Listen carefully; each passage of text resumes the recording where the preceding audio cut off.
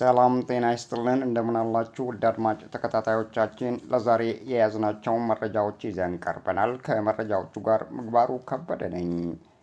በመካከለኛው ምስራቅ የተነሳው ወላፈን፣ ዛቻዎች፣ ፉከራዎች፣ የበቀል እርምጃዎች፣ በኢራን በኩል የሚስወነጨፉ ሚሳኤሎች፣ አሜሪካና እስራኤል የሚያካሂዱት ድብደባዎችና የሚሳኤል ማስወንጨፍ ሴራቸው የቀጠለበት በመካከለኛው ምስራቅ የሚገኘው ሁኔታ ምን ላይ ደርሷል? የዶናልድ ትራምፕ ዛቻና ፉከራ ዓለምን አሻብረዋል። የኃይል የጉልበት አካሄዳቸው ለማንም ያልጠቀመ መሆኑን ሊጤኑ ይገባዋል። ኢራን አትንበረከክም። ከዚህ ቀደምም ተንበርክካ ለየትኛውም ሀገር አታውቅም። የ48 ሰዓታት ገደቦችን አስቀምጠዋል ኢራናውያን እንዲሸበሩ። ኢራናውያን ደግሞ በሀሳብ፣ በንግግር፣ በዛቻ፣ በፉከራ ለሚደረጉ ንግግሮች አይሸበሩም፣ እጅ አይሰጡም። ኢራን ራሷን ለመከላከል ዝግጁ ነች። ጠንቅቀው ማወቅ የሚገባቸው ቴህራን በየትኛውም ወቅት ላይ ራሷን ሀገሯን ለመከላከል ዝግጁ መሆኗን ነው። ዛሬ ላይ የዓለምን ሕዝብ በማሸበር በዛቻ በፉከራ የሚያደርጉትን የቃላት ጦርነት ጎን ለጎን ደግሞ በቴህራን ከተሞች ላይ ድብደባዎችን ቀጥለዋል። የጊዜ ገደቡ ከመድረሱ አስቀድሞም የአየር ድብደባዎችን በቴህራን ከተሞች ላይ በማካሄድ የባቡር ጣቢያ፣ የህዝብ የሲቪል ተቋማት ላይ ጥቃት ፈጽመዋል። ካርግ ደሴትን ኢላማ አድርገው የወታደራዊ ተቋማት ላይ ድብደባ ፈጽመዋል። በተደጋጋሚም ይዝታሉ። የአሜሪካው ፕሬዝዳንት ዶናልድ ትራምፕ ጦርነቱ ከተጀመረ ዕለት አንስቶ የጊዜ ገደቦችን በተደጋጋሚ ለኢራናውያን ሰጥተዋል። ዛቻቸው የመጨረሻ መሆኑን ትላንት በስቲያ ደግሞ ተናግረዋል።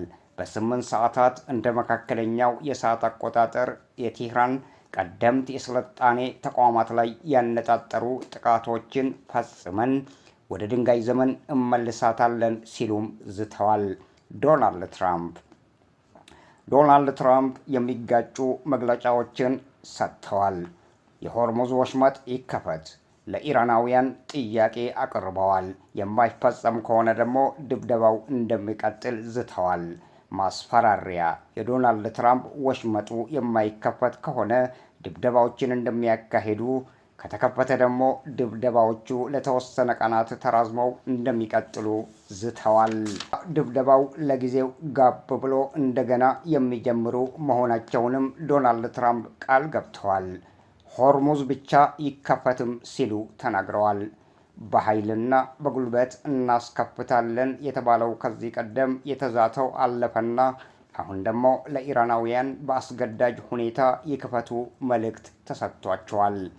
ከዚህ ቀደም ሆርሙዝን ለማስከፈት ሶስተኛ ማዕበል የተባለውን የአሜሪካ የእግረኛ ወታደሮችን ተጠቅመን በኃይል በጉልበት አንበርክከን እናስከፍታቸውና መንግስታቸውን እንገረሰሳለን ብለዋል። ያም አሁን ቀረና የሆርሙዝ ወሽመጥ ይከፈት እያሉ በዛቻ መልእክት አስተላልፈዋል። የዛቻ መልእክታቸውን ሰደዋል።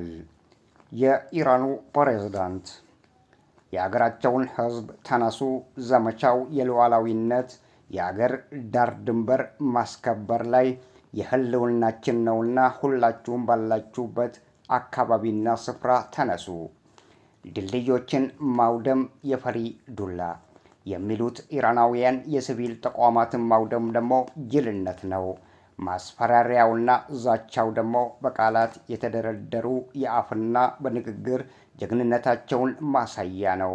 በመሬት ላይ የሌለ ሀያልነታቸውን ለዓለም ለማስተጋባት ሙከራ ማድረጋቸው። በኢራናውያን ጀግንነት ኤፍ-15፣ ኤፍ-13 ዋጎን፣ ሌሎችም የጠላት የአየር ጀቶች አውድመናቸዋል። ለደረሱብን ሁሉ ጥቃቶችም ያጸፋ ምላሽ ሰጥተናቸው ተቋማት ላይ ሲያነጣጥሩ ተቋማትን እየመረጥን እየለየን አውድመናል። ኢራን ተዳከመች እያሉ የፈኮሩትን ያህል የቴህራንን የብቃት ደረጃውን አሳይተናቸዋል። ለሁለት እስራኤልና አሜሪካዎች ሲደበድቡን ጥቃት ሲፈጽሙብን ተመጣጣኝ ዋጋ ሰጥተናቸዋል። የሚገባውን ያህልም ተበቀለናቸዋል። ቴህራናውያን አይንበረከኩም፣ ከዚህ ቀደምም አልተንበረከኩም። ቴህራንን እናንበረክካለን የሚሉትና የሚፎክሩት አሜሪካና የእስራኤል መሪዎች የተዋጊ ጀቶቻቸውን ከአፈር ደባልቀንላቸዋል። አብራሪዎቻቸውን በቴህራን ድንበሮች ላይ ከአፈር አሳርፈናቸዋል። በትግላችን በጀግንነታችን ብርታትና ወኔ የጠላቶቻችንን ንብረት የሆኑትም በሙሉ አውድመናል። የአየር አብራሪዎቻቸውን የት እንደገቡ እንዲፈልጉ ስራ ሰጥተናቸዋል። ራሳችንን ለመከላከል መስዋዕት እየከፈልን ለጠላት የከፋና የአጸፋ ምላሽ በመስጠትም እናሽመደምዳቸዋለን። የአሜሪካ የእስራኤል ጥቃቶች በየትኛውም ሰዓትና ወቅት ላይ ቢቃጣ ቴህራን ላይ የአብዮታዊ የኢራን ወታደሮች ከንፋስ የፈጠነ የአጸፋ ምላሽ በመስጠት የባሊስቲክ ሚሳይሎችን እያስወነጨፉ የልባቸውን ያደርሳሉ። ኢራንን ማንበርከክ ከቶም አታስቡ። የጀግኖች አገር ናት። የስልጣኔ ቀደምት የመጠቀች መሆኗን ያስመሰከረች። ለጠላቶቻችን እንዲሁም ለወዳጆቻችን ጥንካሬያችንን አሳይተናል። የኑክሌር ጣቢያዎቻችንን ሲያወድሙብን ጊዜና ወቅት ጠብቀን በአይሁድ የተገነባውን ተመሳሳይ ተቋም አውድመናል። የውሃና የኃይል ማመንጫ ተቋማትን ሲያወድሙ ተበቀለናቸዋል። አሜሪካና እስራኤል በዚሁ ከቀጠሉ ኢራንን ለማሽመድመድ ጥቃት ከሰነዘሩ እኛም በተራችን እናወድማቸዋለን። የአጸፋ ምላሾችን፣ ሚሳይሎችን ወደ የአካባቢው ወደ ታለመበት ቦታ ላይ እናስወነጭፍና እናሳያቸዋለን። የእስራኤል አምላኪዎች እንደ ውሻ እየተነዱ አይሁዳውያንን ትዕዛዝ ለመፈጸም በእኛ ላይ ዘምተዋል። ጦርነቱን ገና አንድ ብለው ሲጀምሩ የኑክሌር ጣቢያዎችን ማውደም ነበርና አወደሙ። እንደገና ተመልሰው የሆርሙዝ ወሽመጥ ይከፈት እያሉ ነው። ሆርሙዝ የማን ነው? መብት የሌላቸው ጠላቶቻችን የዘመቱበትን ዓላማ የማያውቁ ወሽመጡን ክፈቱ እያሉ ሲያስጠነቅቁ ቀነ ገደቦችን እየሰጡ ይቀጥላሉ እንጂ ባሰቡት መንገድ አንድም ነገር አያሳኩም። በሚያውቁት ቋንቋ እናናግራቸዋለን።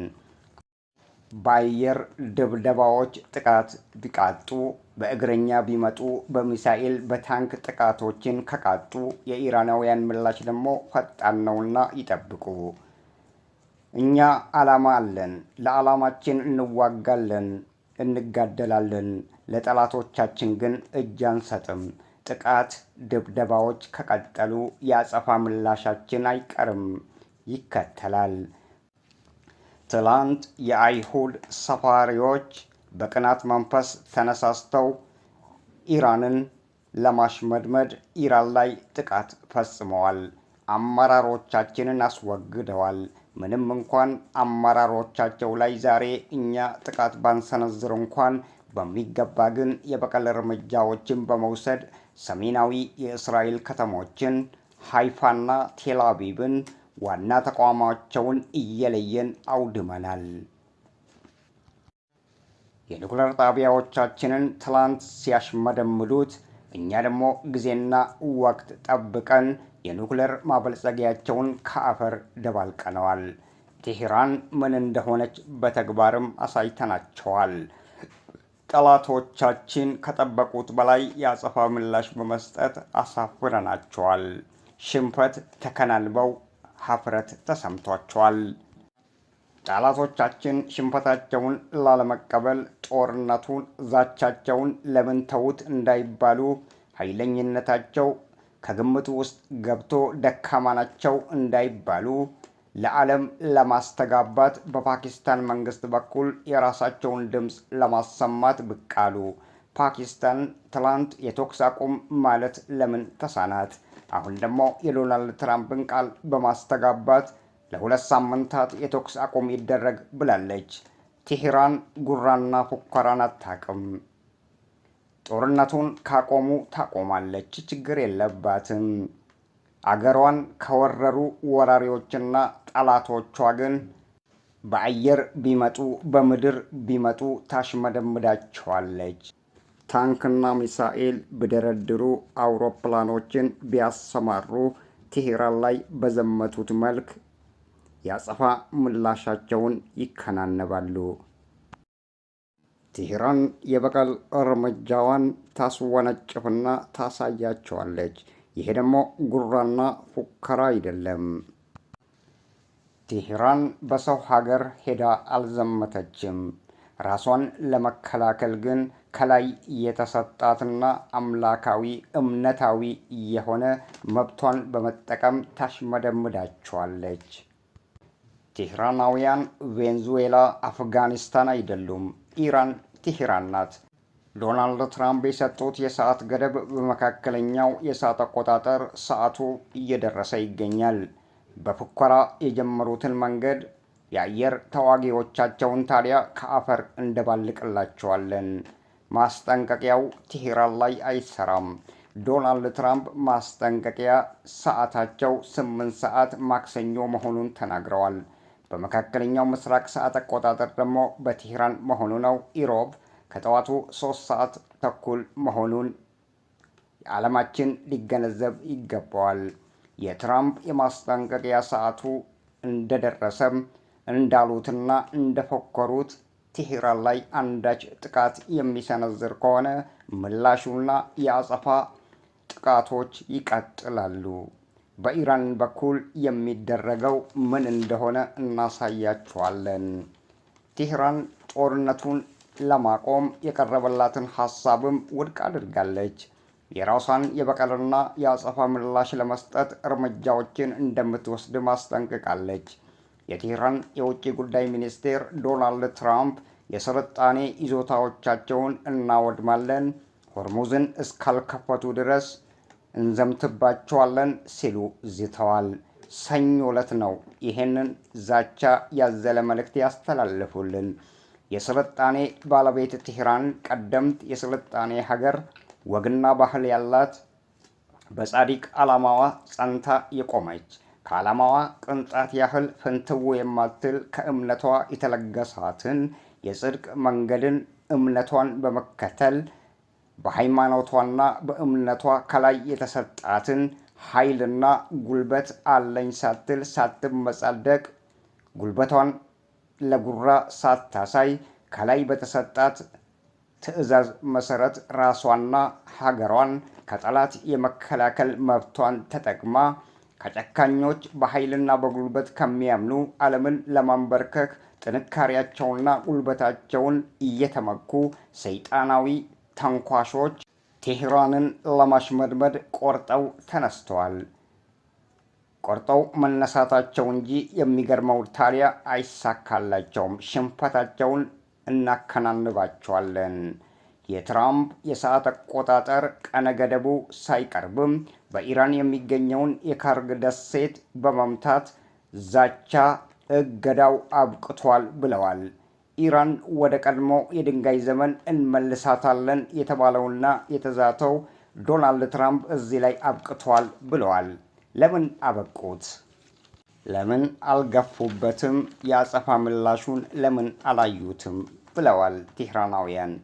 ሽንፈታቸውን ላለመቀበል ኢራንን ለማሽመድመድና ኢራንን መንግስታቸውን እንገለብጣለን፣ አንዴ የሆርሙዝ ወሽመጡን ካልከፈቱ እንደበድባቸዋለን፣ ወደ ድንጋይ ዘመን እመልሳቸዋለን የሚለው ፉከራና ዛቻ ሆኖ ይቀራል። ዶናልድ ትራምፕ ቢጠየቁ ዓላማው ኢራን ላይ ዘመቻው ብለው ቢጠየቁና እንደ ጥያቄ ቢቀርብላቸው መልሳቸው ሊሆን የሚችለው ኢራን የኒውክሌር ባለቤት መሆን አይገባትም ሊሉ ይሆናል። በሌላ ቀን ደግሞ ቢጠየቁ የሆርሙዝ የባህር ወሽመጥ ሊሏችሁ ይሆናል።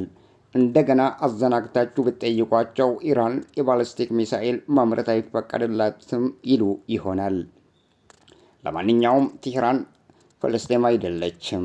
ዓለም የተባበረባትና መሳሪያ እንዳትታጠቅ ማዕቀብ የጣለባት፣ እስራኤል ግዛቷን ለማስፋፋት ንጹሐንን በጋዛ ላይ ስታወድምና ስደበድብ፣ ከቤት ንብረት ስታፈናቅል በገዛ ሀገራቸው ራሳቸውን በድንጋይ ውርወራ ሲከላከሉና ፍልስጤማውያን መከራቸውን ሲበሉ ዝም ብለው እየተመለከቱ እስራኤል ራሷን የመከላከል መብት እንዳላት ሳያፍሩ ለዓለም ሲያስተጋቡ እስራኤል ከማን ራሷን እንደምትከላከል ቢጠየቁ መልስ የሌላቸው ዶናልድ ትራምፕ ከሰሞኑ በወጣው በአይሁድ ሰፋሪዎች በጋዛ አንድ ፍልስጤማውያን ራሳቸውን ሲከላከሉ የአይሁድ ነፍስ ካጠፉ በተለየ መልኩ በሞት እንዲቀጡ ሕግ ሲያወጡና ለዓለም ሲያሳውቁ ከአውሮፓ እስከ ኤዥያ ከላቲን እስከ አፍሪካ ተቃውሞ ሲያሰሙ በተለይ የአውሮፓ ሀገሮች ፈረንሳይ፣ እንግሊዝ፣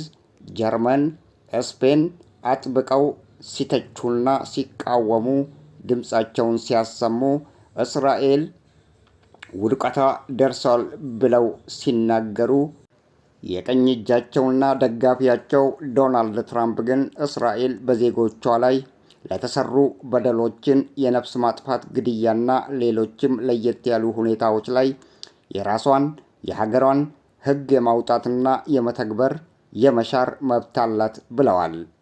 አሜሪካ እስራኤል ያወጣችውን በፍልስጤም ላይ ብቻ ተፈጻሚ የሚሆነውን በነፍስ መግደል ወንጀል ላይ የሞት ቅጣት ብይን የመስጠት መብቷን እንደምታከብርም ተናግረዋል። አሜሪካ ለእስራኤል ጥብቅና የቆመች መሆኗን በተደጋጋሚ ሲያሳዩንም ከርመዋል። የአሁኑ ጦርነትም በተመሳሳይ በኢራን ላይ ሲዘምቱ እስራኤል በልቧ ያለውን ታውቀው ይሆናል የቅናት መንፈስ እንደሆነ።